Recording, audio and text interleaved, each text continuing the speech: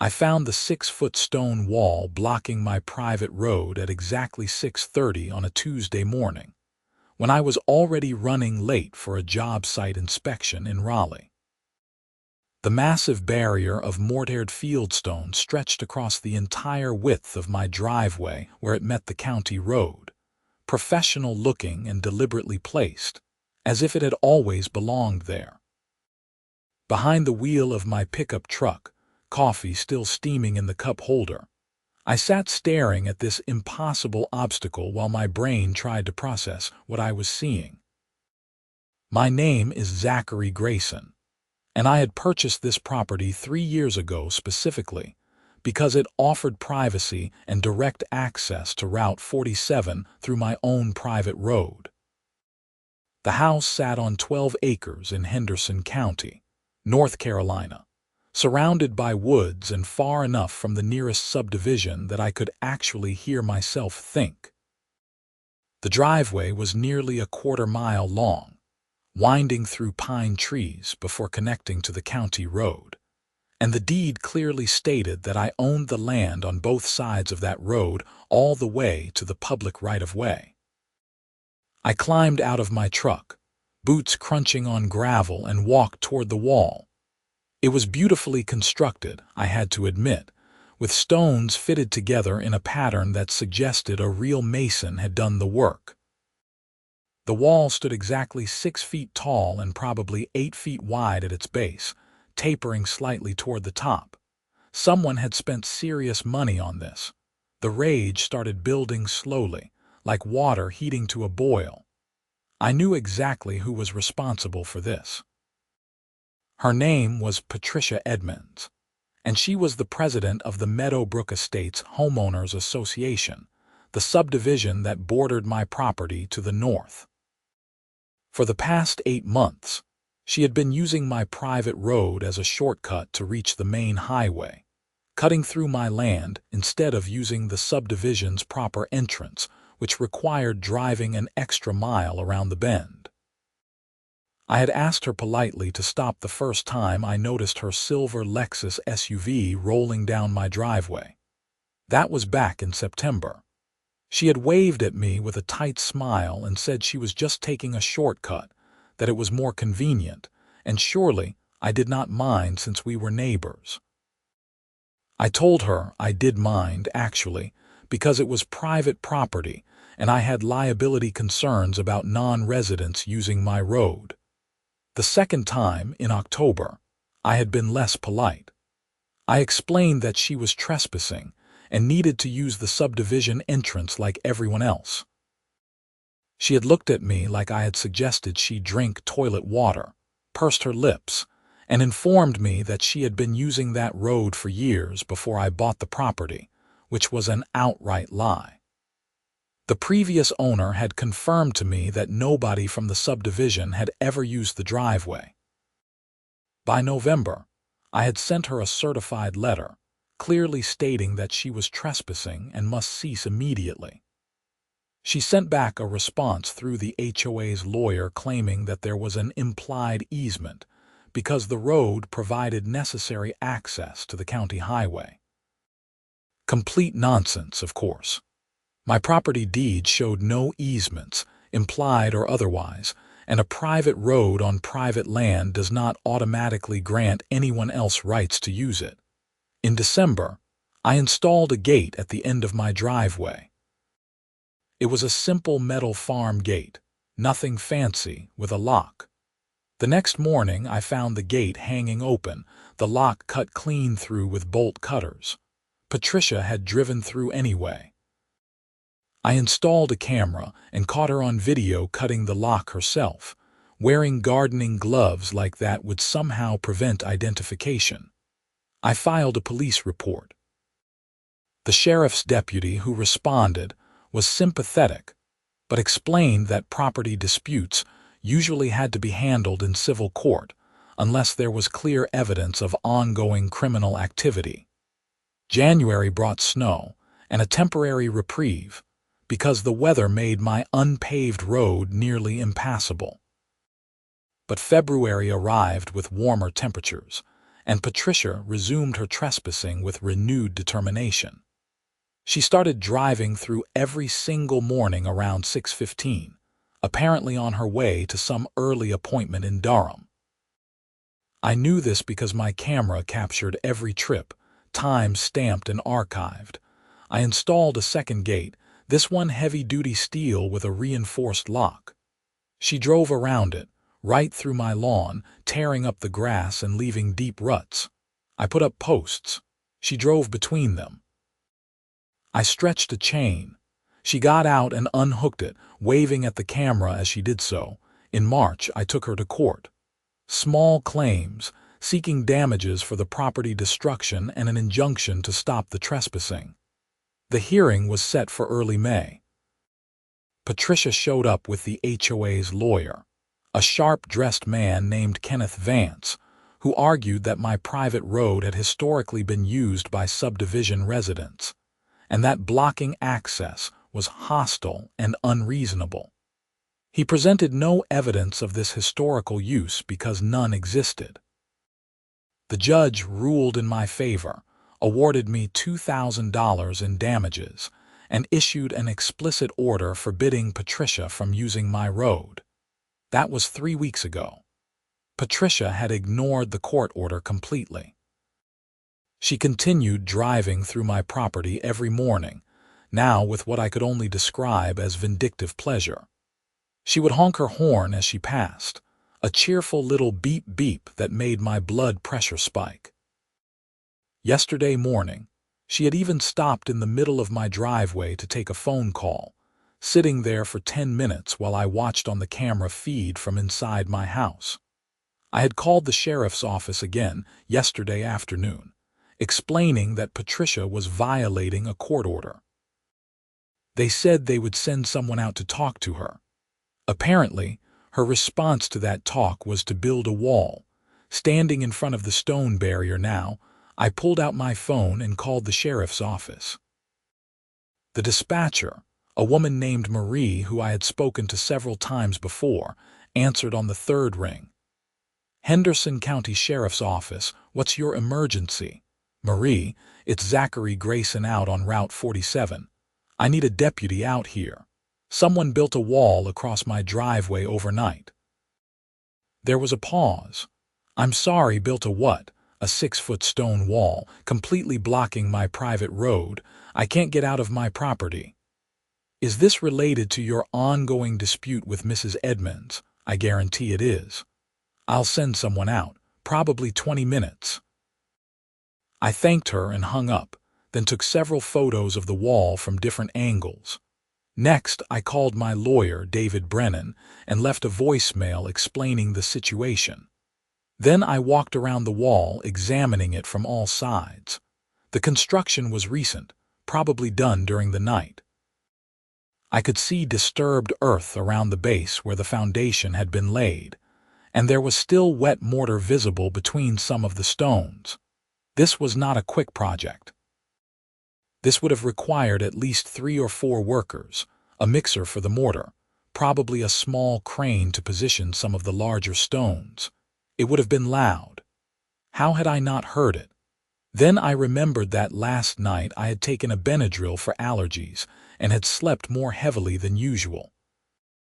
The construction site was also a quarter-mile from my house, far enough that the sound might not have carried, especially with the windows closed.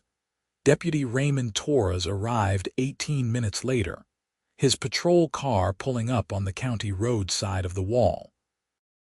He was a stocky man in his 40s with a neatly trimmed mustache and the patient demeanor of someone who has dealt with too many property disputes. "Mr. Grayson," he said, climbing out and adjusting his belt. "This is new. Built sometime last night. I'm blocked in completely." He walked up to the wall, running his hand along the stones. "Professional work. This cost somebody serious money." He turned back to me. "You think Mrs. Edmonds did this? Who else would it be? Do you have any proof? Camera footage?" I pulled up my phone and accessed the camera app that connected to my security cameras. The camera at the end of my driveway had a clear view of where the wall now stood. I scrolled back through the footage to around midnight last night. At first, there was nothing, just the empty driveway in the camera's night vision. Then, at 12:43 a.m., a large truck appeared on the county road, followed by a pickup truck and a van.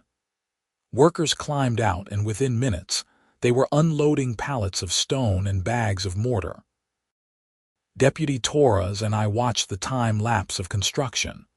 The workers moved efficiently, clearly experienced. A small excavator appeared to dig a foundation trench. Stones were positioned. Mortar was mixed and applied.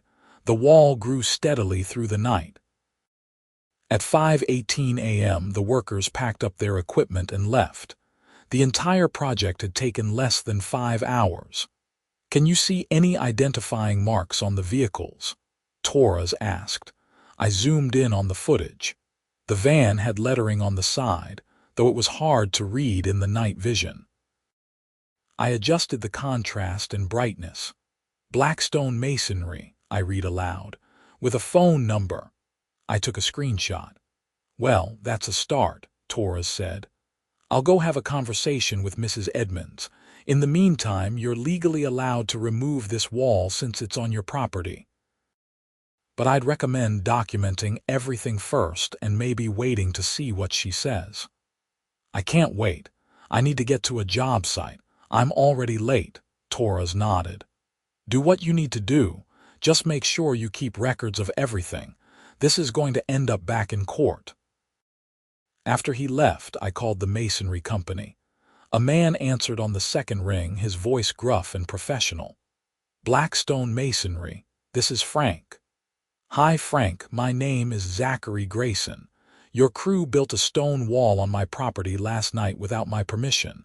I need it removed immediately." There was a long silence. "I'm sorry, what? A 6-foot stone wall built across my driveway overnight. Your van is clearly visible in my security footage. Hold on." I heard papers rustling. "What's the address?" I gave him my address on Route 47. More rustling than a muttered curse. "Mr. Grayson, we were hired by a Mrs. Patricia Edmonds. She told us it was her property, said she wanted a decorative wall built at the entrance to her driveway. We had a signed contract. She paid cash up front. If she lied about the property ownership, that's between you and her. We just built what we were hired to build. The wall is blocking my only access road. I need to get off my property. Can you come remove it? Removing it would cost almost as much as building it. That's not our problem. You need to take it up with Mrs. Edmonds." He hung up. I stood there for a moment, anger building. Then I made another call, this one to Tom Rutherford, who ran a small excavation company in Hendersonville. Tom and I had worked together on several construction projects over the years. He answered immediately, his voice carrying the sound of heavy machinery in the background. "Zach, what's going on?" "Tom, I need a favor. Can you bring an excavator out to my place right now? I need a stone wall removed." "A wall? What are you talking about?" I explained the situation quickly. Tom listened, then let out a low whistle. "That HOA lady is insane. Yeah, I can be there in about an hour with a mini excavator. Should be enough to knock down a wall. I'll charge you my standard rate." "Thanks, Tom. I owe you." While I waited, I drove my truck back up to my house, using a maintenance trail that ran along the eastern edge of my property. It was rough and really meant for ATV use, but the truck could handle it. I called my client in Raleigh and explained that I would be delayed due to an emergency. He was understanding, said we could reschedule for tomorrow. Then I sat down at my kitchen table and started documenting everything. I wrote out a detailed timeline of every interaction with Patricia Edmonds, every instance of trespassing, every attempt I had made to resolve the situation peacefully. I printed out stills from my security camera footage showing her cutting locks, driving around barriers, and generally treating my property like her personal highway. I pulled up the court order from our previous hearing and made copies. My phone rang. It was Deputy Torres. "Mr. Grayson, I just left Mrs. Edmonds' residence. She claims she built the wall on her own property, not yours. Says the wall is entirely within the bounds of the Meadowbrook Estates subdivision. That's impossible. I own the land on both sides of my driveway all the way to the county road. I have a survey. She says she has a survey too and that there's been a boundary dispute.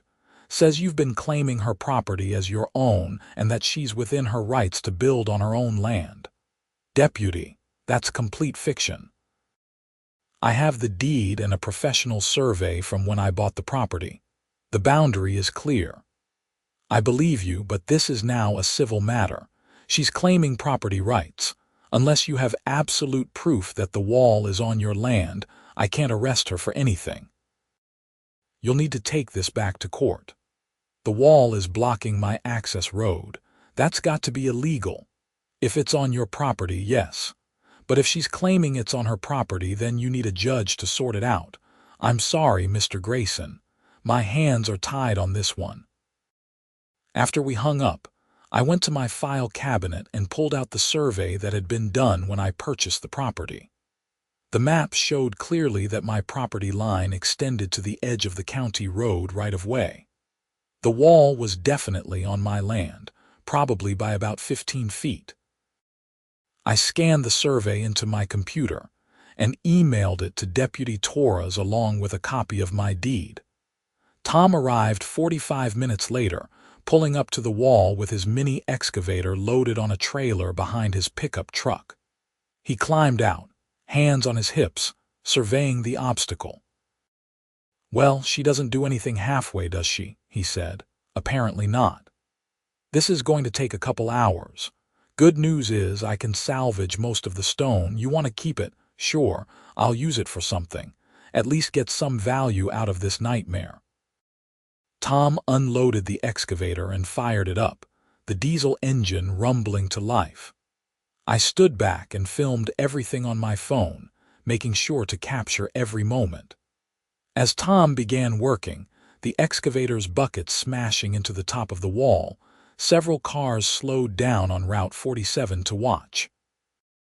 One of them was a silver Lexus SUV. Patricia Edmonds pulled over onto the shoulder and climbed out of her vehicle. She was exactly what you would imagine when someone says, HOA Karen.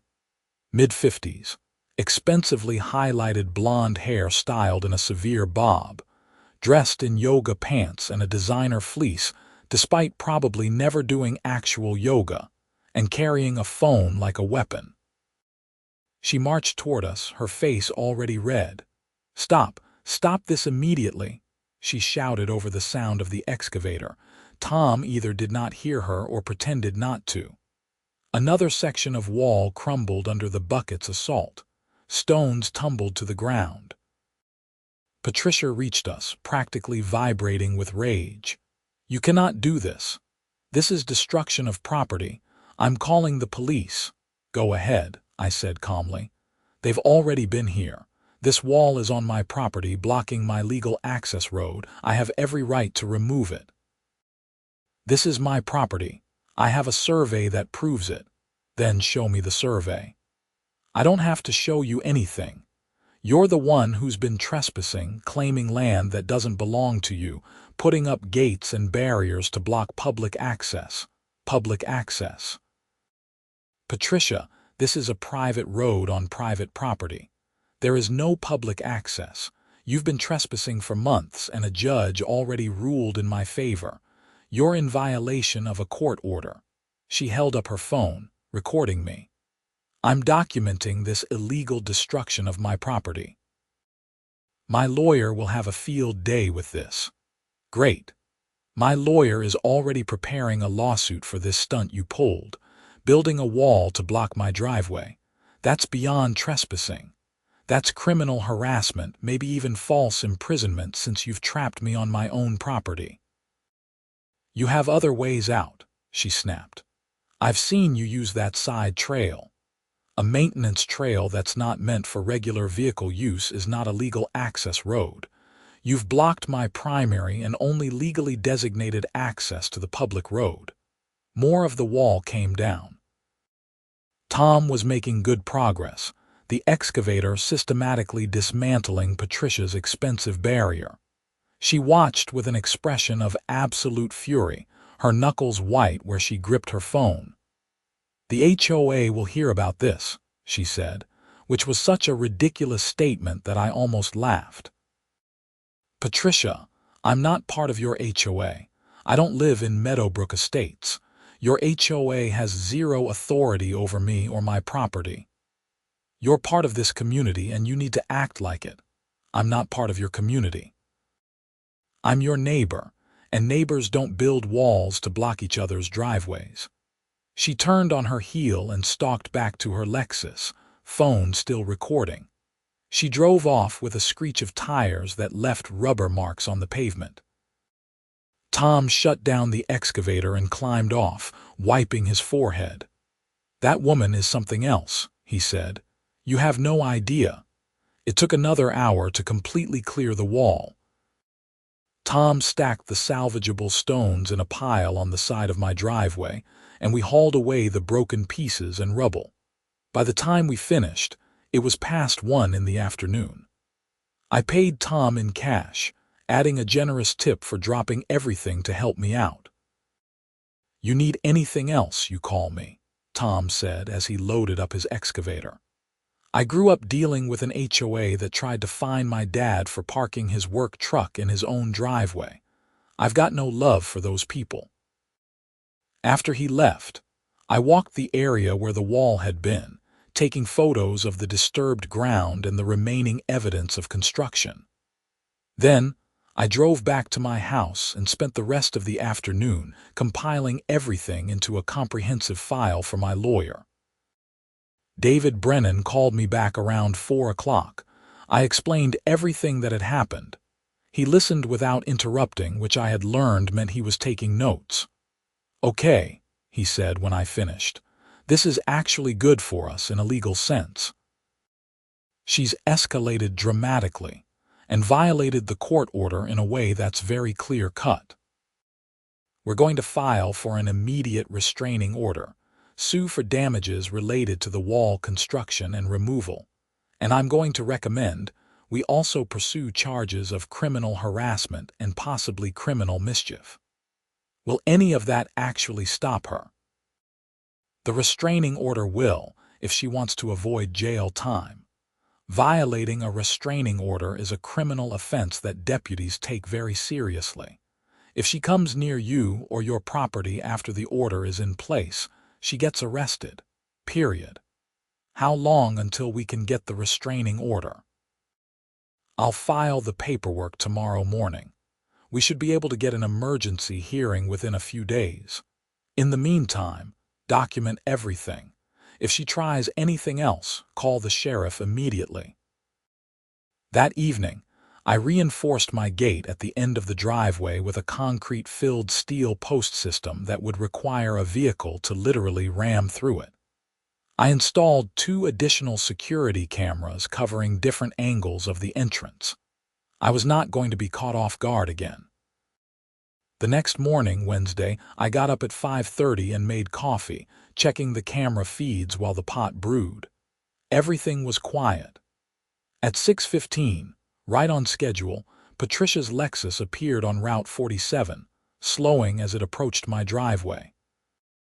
I watched on my phone as she stopped, idling at the entrance, apparently assessing the new gate situation. After a moment, she drove on, presumably forced to use the subdivision entrance like she should have been doing all along.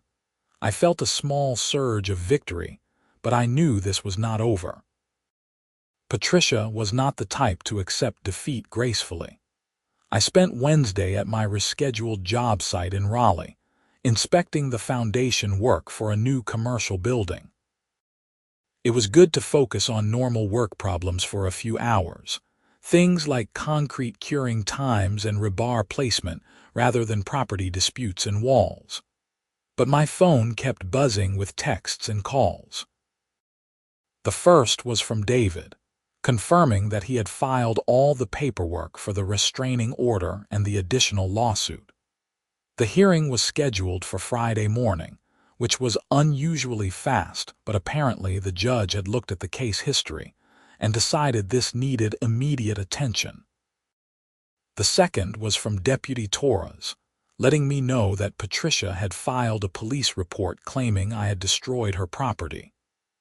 He had reviewed all my documentation and explained to her that the wall had been on my property and that I was within my rights to remove it.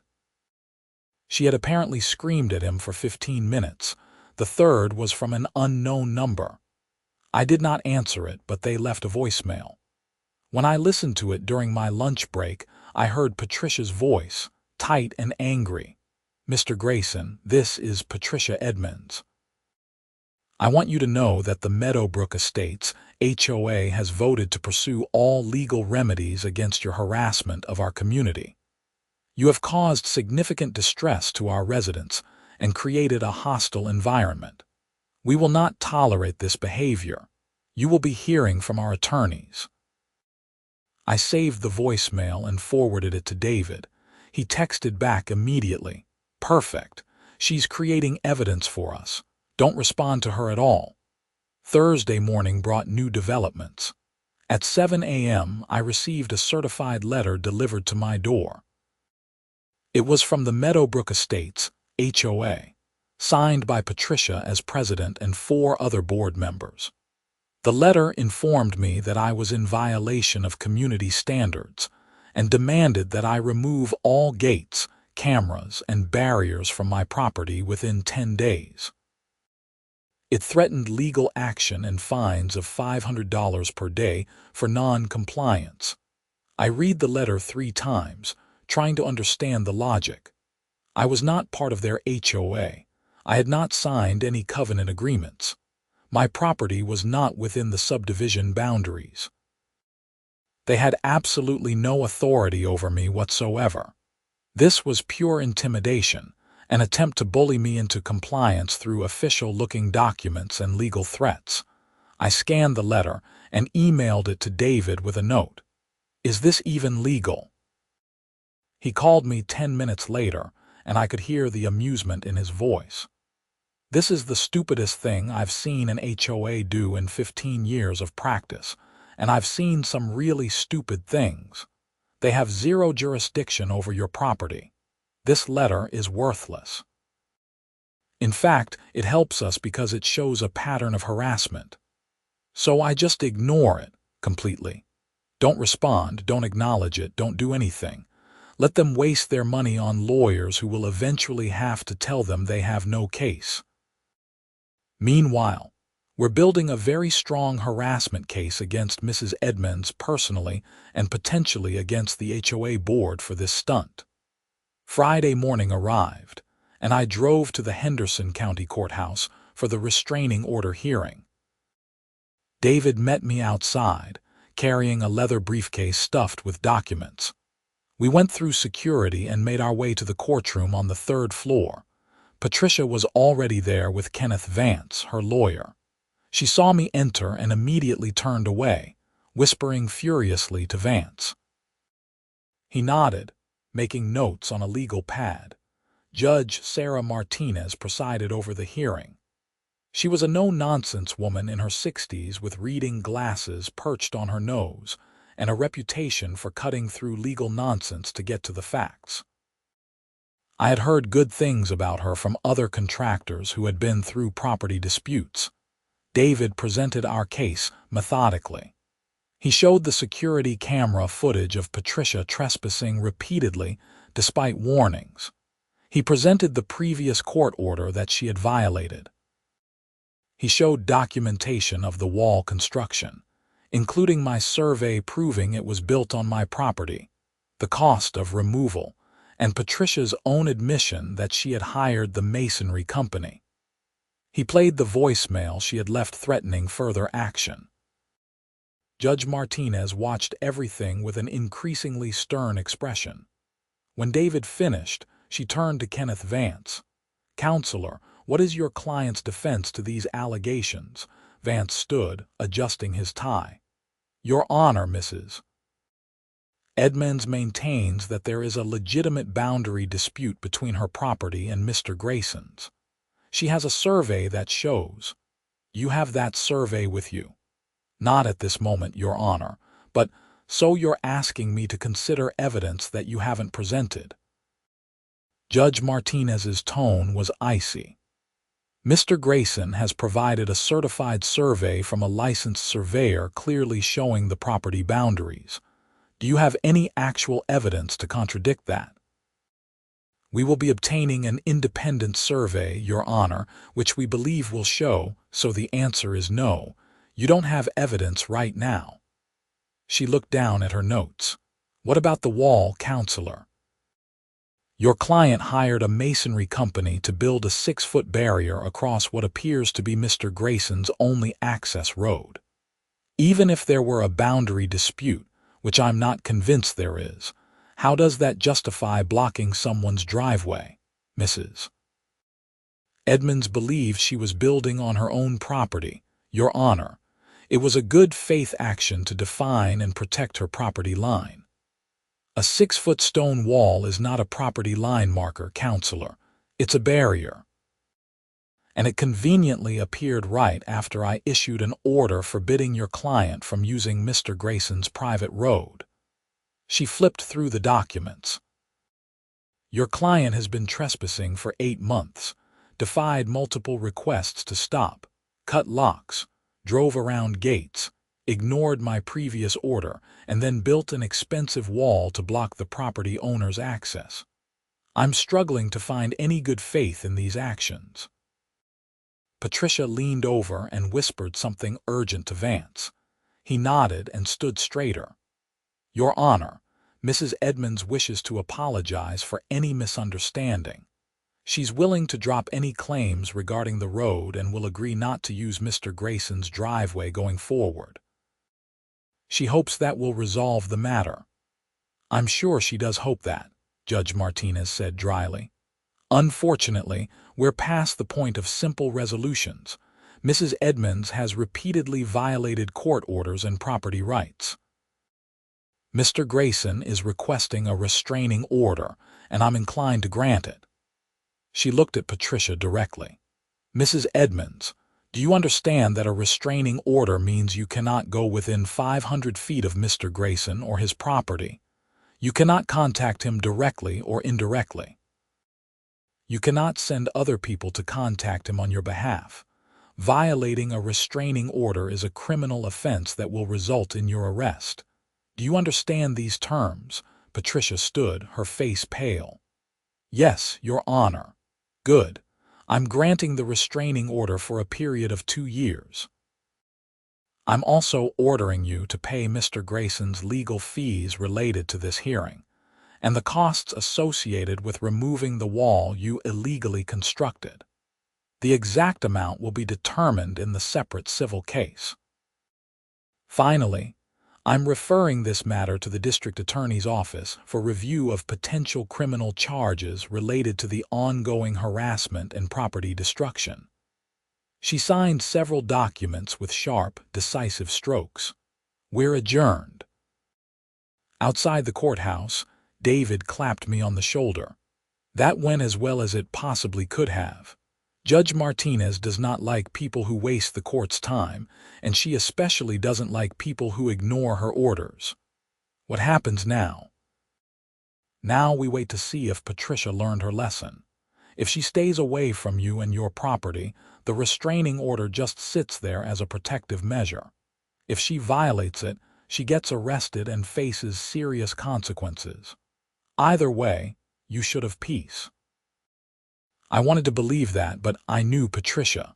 She was not someone who accepted defeat easily. Still, I had done everything legally possible to protect myself and my property. The rest was up to her. The weekend passed quietly. I spent Saturday fixing the ruts in my lawn where Patricia had driven around the gates, laying new sod and reseeding damaged areas. Sunday, I worked on a stone border around my garden, using some of the salvaged stones from the wall. There was a certain satisfaction in repurposing Patricia's expensive barrier into something actually useful. Monday morning, I got a call from Deputy Torres. "Mr. Grayson, we've had a complaint filed against you by a resident of Meadowbrook Estates. A Mrs. Brenda Collins says you've been harassing subdivision residents, taking photos of their vehicles and threatening them." I sat down heavily in my kitchen chair. "Deputy, I have not had any contact with anyone from that subdivision except Patricia Edmonds, and I have a restraining order that forbids her from contacting me. I haven't taken photos of anyone or threatened anyone." I figured as much, but I have to follow up on complaints. "Can you think of any reason someone would make this claim?" Patricia probably put her up to it. "She's trying to get around the restraining order by having her friends harass me instead." "That would be a violation of the restraining order," Torres said. "If you can prove she's behind it, we can arrest her, but I need proof. Let me see what I can find out." After we hung up, I called David and explained the situation. He was quiet for a moment, thinking. "The restraining order specifically prohibits indirect contact," he said. "If Patricia is having her friends file false police reports to harass you, that's a clear violation. We need evidence, though. Do you have any security footage of anyone from the subdivision coming onto your property?" "No, because they haven't. This woman is lying." "Then we need to document that." "I'm going to contact Deputy Torres and provide him with your security footage from the past week showing that no one has approached your property. That should clear you of these false allegations and help establish that this is a harassment campaign." Tuesday brought more complications. I received an email from the North Carolina Department of Transportation claiming that I had an illegal barrier blocking a public right-of-way. The email included photos of my gate at the end of my driveway and demanded that I remove it immediately or face fines. I called the DOT office listed in the email. The person who answered had no record of any complaint related to my address. After some back and forth, they determined that the email was not from the DOT at all. It was a fake, sent from an address designed to look official but actually coming from a personal email account. "This is fraud," the DOT representative said.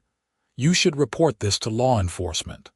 I forwarded everything to Deputy Torres and David. The email headers showed it had been sent from an account registered to Karen Whitmore, another resident of Meadowbrook Estates and a member of the HOA board. David called me that evening, excitement in his voice. "This is it. This is the proof we need. Karen Whitmore sent you a fraudulent official communication on Patricia's behalf. That's indirect contact, which violates the restraining order.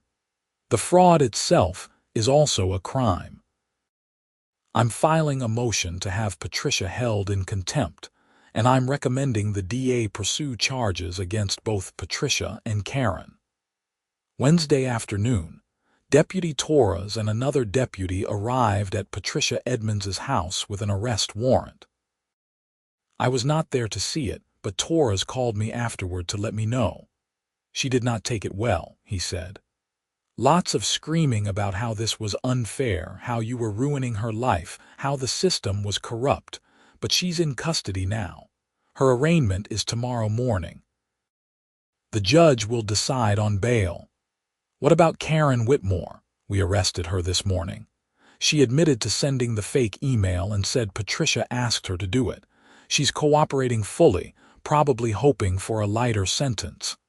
That evening, I finally started to relax. Maybe this was really over. Maybe Patricia would finally face consequences that would make her stop. Thursday's arraignment brought more drama. Patricia appeared before Judge Thomas Brenner, who reviewed the charges: violation of a restraining order, criminal harassment, and conspiracy to commit fraud. Karen Whitmore had a separate arraignment for fraud and harassment. Patricia's lawyer argued for bail, claiming she was a respected member of the community with no prior criminal record and no flight risk. The prosecutor, a sharp young woman named Amanda Chen, argued that Patricia had repeatedly violated court orders and shown a pattern of escalating behavior. Judge Brenner set bail at $25,000 with strict conditions. Patricia had to surrender her passport, could not leave Henderson County, and absolutely could not have any contact with me directly or indirectly. Karen Whitmore got similar bail conditions. Patricia made bail by Friday afternoon. I expected that. What I did not expect was what happened next. Saturday morning, I woke to the sound of my phone ringing. It was Tom Rutherford, the excavation contractor. "Zach, you need to get down to your gate right now. There's been an incident." I threw on clothes and drove down my driveway in my truck, heart pounding. When I reached the gate, I found Deputy Torres already there along with 2 other patrol cars. My gate was a twisted wreck, clearly rammed by a vehicle. Debris was scattered across the road. And in the ditch about 50 feet past the gate was a silver Lexus SUV, steam rising from its crumpled hood. Patricia Edmonds sat in the back of one of the patrol cars, her head in her hands. Torres saw me approaching and walked over. "She rammed your gate around 6 this morning. Security camera caught everything. She backed up and hit it 3 times before she finally broke through, lost control and went into the ditch. She's injured, not seriously, but we called an ambulance to check her out. Why would she do this? She just made bail yesterday. She told us she was trying to get to work, and this was the fastest route. Said you had no right to block a public road." Torres shook his head. "She's going back to jail, and this time I don't think she's getting bail. She's violated the restraining order again, destroyed property while under bail conditions, and apparently learned nothing from the first arrest." I watched as EMS examined Patricia in the back of the patrol car. She looked smaller somehow, defeated. Part of me felt sorry for her. But mostly, I just felt exhausted by the whole situation. The ambulance took Patricia to the hospital for evaluation. She had a minor concussion and some bruising from the airbag, but nothing serious. By Monday, she was back in court, this time facing additional charges of violating bail conditions, criminal mischief, and destruction of property. Judge Brenner was not amused. "Mrs. Edmonds, you were released from custody less than 48 hours ago with explicit conditions, one of which was to have no contact with Mr. Grayson or his property. Instead, you drove to his property, deliberately destroyed his gate, and attempted to trespass on his land. This demonstrates a complete disregard for the law and for this court's authority. Bail is revoked. You will remain in custody until your trial." Patricia's lawyer tried to argue, but Brenner cut him off. "Save it for trial, counselor. Your client has had multiple opportunities to comply with the law and has chosen not to. I'm not giving her another chance to violate court orders." The trial was set for 6 weeks later, in early July. In the meantime, I had my gate repaired and reinforced yet again, this time with a concrete barrier system that could stop a vehicle traveling at high speed. My insurance covered most of the costs since I had documented everything thoroughly. The Meadowbrook Estates HOA board held an emergency meeting and voted to remove Patricia as president. According to news reports, the meeting was contentious, with some residents supporting Patricia and claiming she was being persecuted, while others argued that her behavior had brought negative attention and potential liability to the entire community. In the end, a majority voted for her removal. Karen Whitmore resigned from the board and accepted a plea deal: 1-year probation, community service, and a fine in exchange for her testimony against Patricia. She apologized publicly and to me personally, explaining that Patricia had pressured her into sending the fake email by claiming I was harassing subdivision residents. She now realized Patricia had been lying. As June progressed, I settled back into my normal routine. Work kept me busy with several projects in the Raleigh area. My property was peaceful without the daily intrusion of Patricia's vehicle. I started enjoying my land again, spending evenings working in my garden and weekends hiking the trails through my woods. David kept me updated on the legal proceedings. The DA's office was pursuing multiple felony charges against Patricia, including stalking, which was elevated to a felony due to the repeated pattern of harassment and the violation of court orders. If convicted on all charges, she could face up to 5 years in prison. They're offering her a deal, David told me in late June. Plead guilty to the stalking and property destruction charges. Accept 2 years in prison with the possibility of parole after 1 year. Pay full restitution to you, and agree to a permanent restraining order. If she refuses and goes to trial, they'll push for the maximum sentence on all charges. What do you think she'll do? Her lawyer is probably advising her to take the deal, but Patricia doesn't strike me as someone who handles consequences well. She might convince herself she can win at trial. He was right. Patricia rejected the plea deal.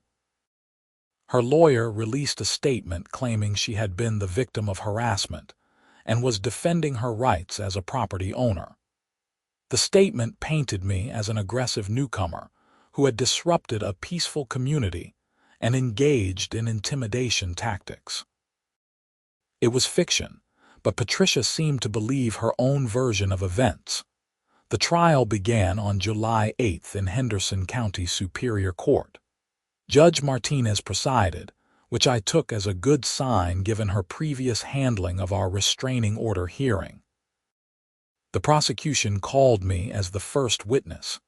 Amanda Chen walked me through the entire timeline, starting with the first time I had noticed Patricia using my road. I explained each escalation, each attempt I had made to resolve the situation peacefully, each time Patricia had ignored warnings or violated court orders. We showed security camera footage, played recordings, presented documents.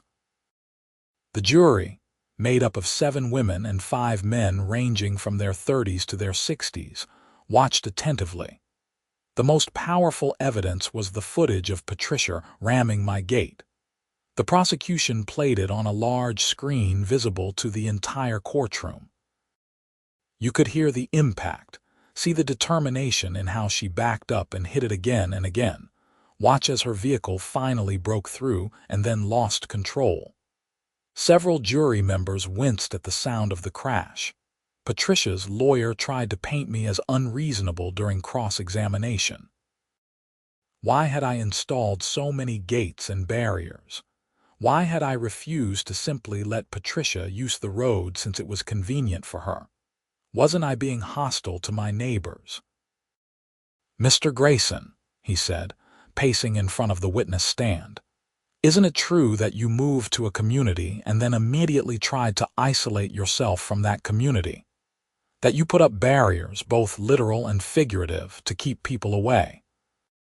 "I moved to private property that I legally own," I replied. "I installed barriers to prevent trespassing after repeated violations. That's not hostility.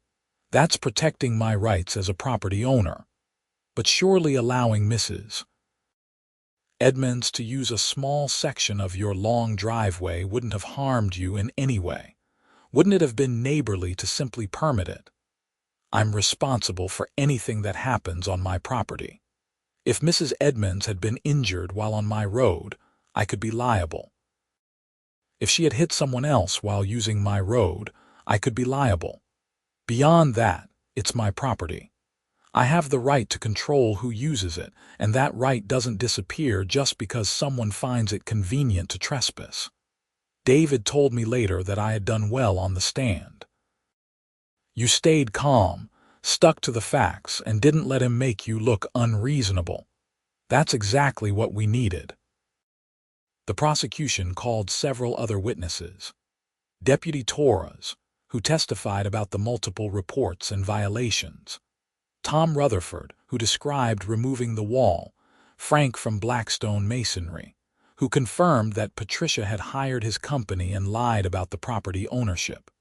And Karen Whitmore, who tearfully admitted to sending the fake government email at Patricia's request. Patricia took the stand in her own defense, which her lawyer probably advised against but which she apparently insisted on. She was calm at first, explaining that she had used the road for years and believed she had a right to continue using it. It was just a driveway, she said, looking directly at the jury.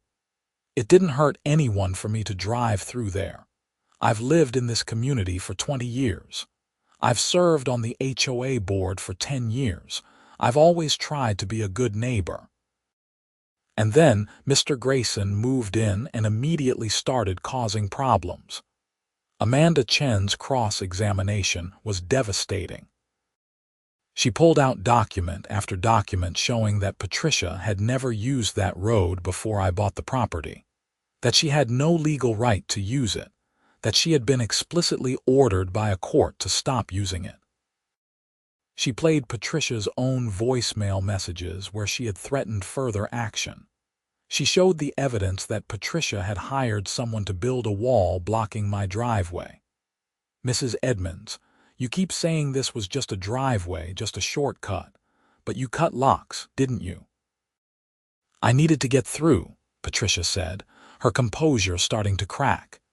You drove around barriers, tearing up Mr. Grayson's lawn. He shouldn't have put barriers there. You ignored a court order explicitly forbidding you from using that road. The court was wrong.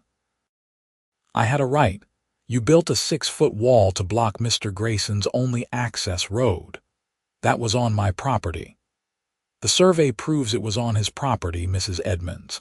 The survey you keep referencing. You never actually had one done, did you? You just claimed you did. Patricia's face flushed red.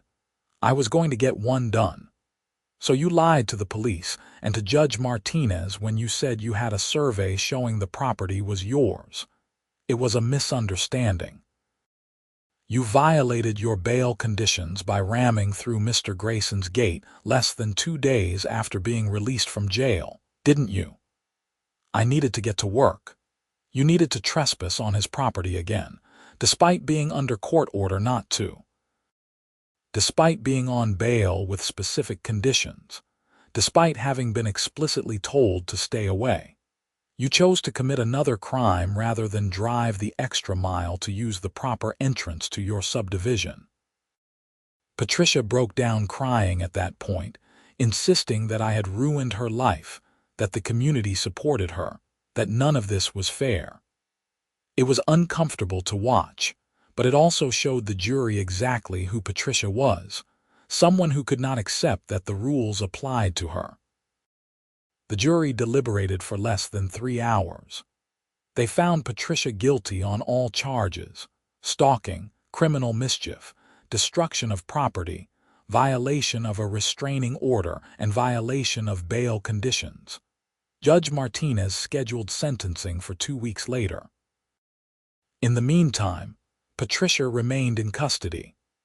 Her lawyer filed motions for a new trial and for reduced sentencing, both of which were denied.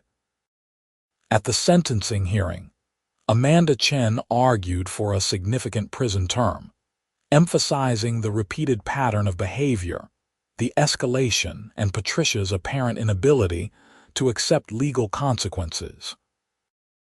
David presented a victim impact statement that I had written, describing the stress and disruption Patricia's actions had caused, the money I had spent on gates and cameras and repairs, the time lost dealing with police reports and court hearings. Patricia's lawyer argued for leniency, pointing to her lack of prior criminal record and her contributions to the community. Several members of the Meadowbrook Estates HOA testified as character witnesses, describing Patricia as a dedicated volunteer and devoted mother. It was all true, probably, but it did not change what she had done. Judge Martinez listened to everything, then delivered her sentence. "Mrs. Edmonds, you have been convicted of serious crimes. More concerning than the crimes themselves is the pattern they reveal. You were told repeatedly to stop trespassing. You ignored those warnings. You were ordered by a court to stop. You ignored that order. You were arrested and released on bail with conditions. You violated those conditions almost immediately. At every opportunity to correct your behavior, you chose to escalate instead. This court must send a clear message that such behavior will not be tolerated." She sentenced Patricia to 4 years in prison on the stalking charge, with 1 year each on the other charges to run concurrently. With good behavior, Patricia would be eligible for parole after serving 2 years.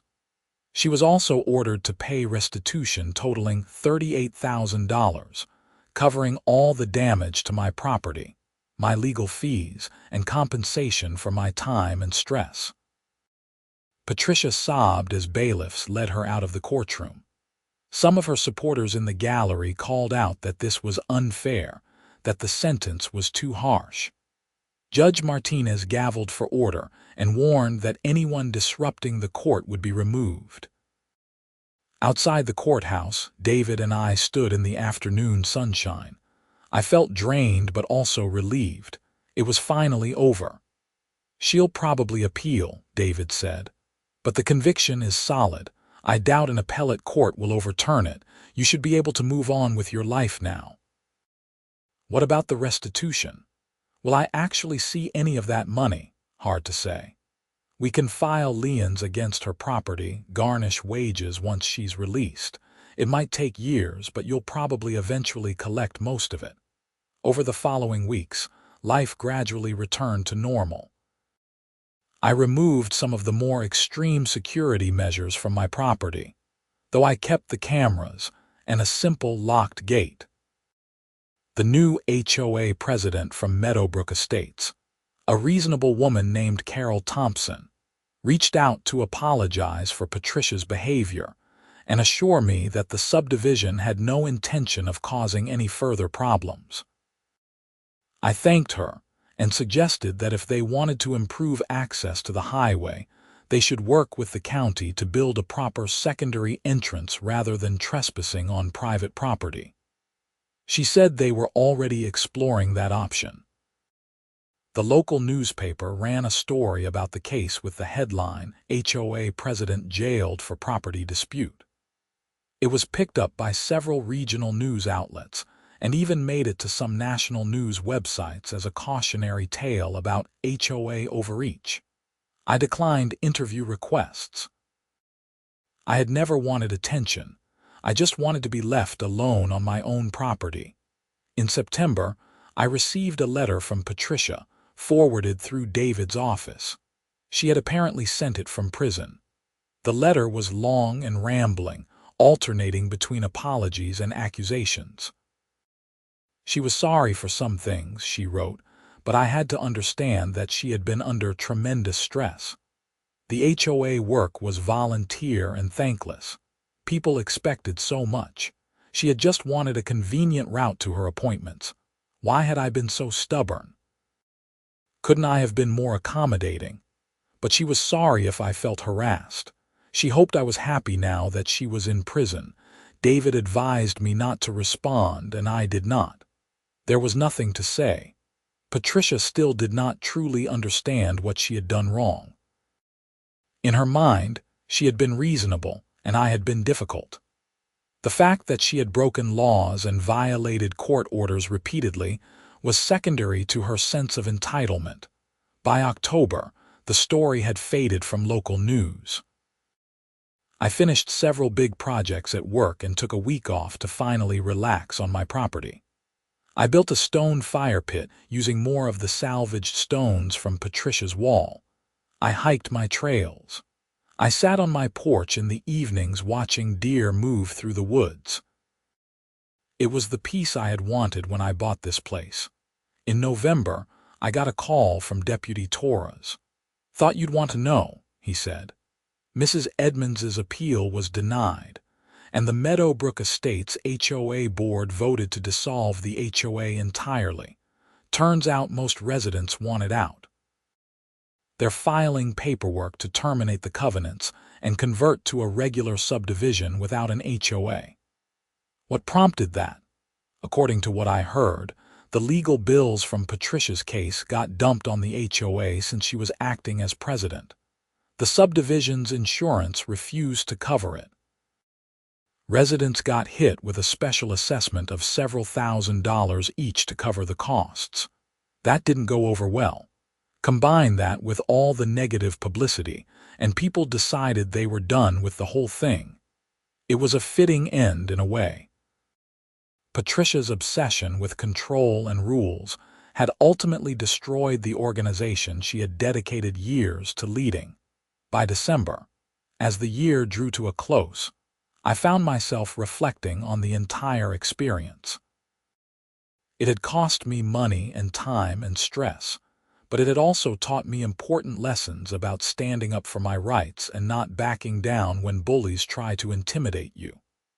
I could have given in at any point, could have let Patricia use my road to avoid conflict. But that would have set a precedent, would have taught her that aggressive behavior and refusal to accept boundaries would get her what she wanted. Instead, she had learned the opposite lesson, though at a terrible cost to herself. Sometimes the right thing to do is the hardest thing, and sometimes protecting your boundaries means going through extended conflict. But in the end, it was worth it. I spent Christmas alone by choice, enjoying the solitude of my property, cooking a good dinner and watching snow fall through the pine trees. My gate stood at the end of my driveway, a simple barrier with a simple lock, keeping my private road private. The cameras watched silently, recording nothing more interesting than deer and the occasional passing car on Route 47. In January, 2 years after Patricia first started trespassing, I received a check from the court system.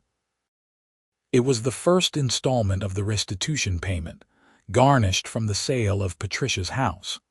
Apparently, she had been forced to sell to cover debts and legal costs.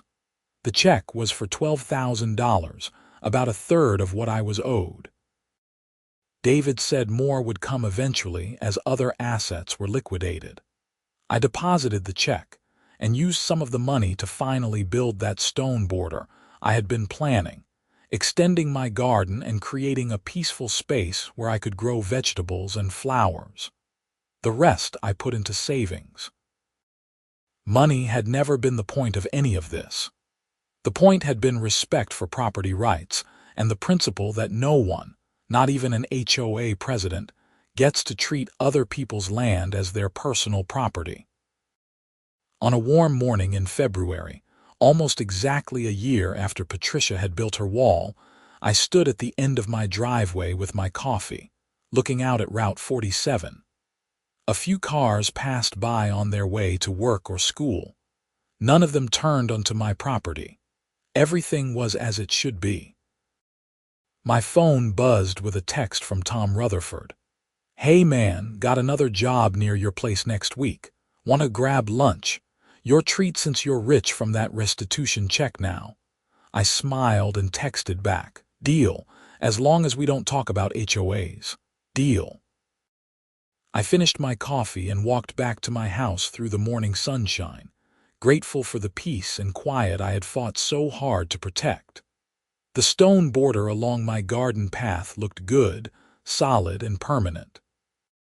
Those stones had started as a wall meant to block me, built out of spite and entitlement. Now they were part of something constructive, something that added beauty instead of conflict. Sometimes things work out exactly as they should. Sometimes standing your ground and refusing to be bullied leads to justice. It does not always happen that way, I knew. But in this case, it had, and I was grateful for that. My private road remained private. My property remained mine.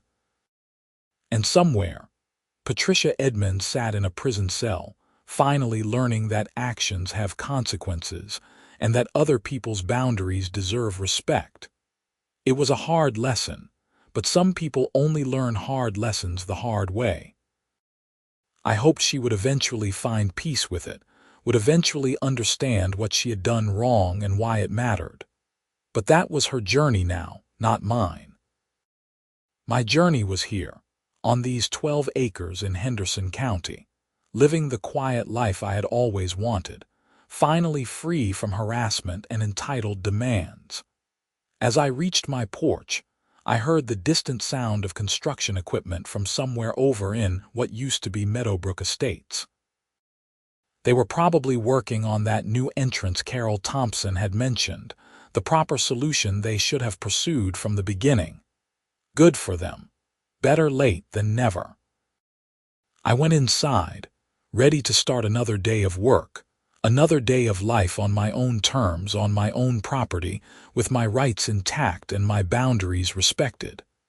It had been a long fight, but it was over now, and that made all the difference.